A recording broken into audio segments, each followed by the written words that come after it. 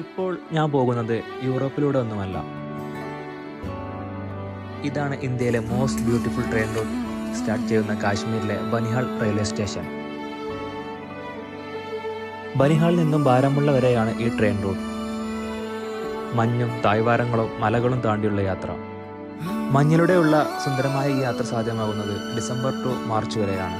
ഇവിടെ നിന്ന് ശ്രീനഗർ എത്തിപ്പെടാൻ ടിക്കറ്റ് ചാർജ് വെറും 45 രൂപ മാത്രം. കാശ്മീരിൽ പോകുന്നവർ ഒരിക്കലും ഈ ട്രെയിൻ യാത്ര മിസ് ചെയ്യരുത്. Welcome to Kashmir.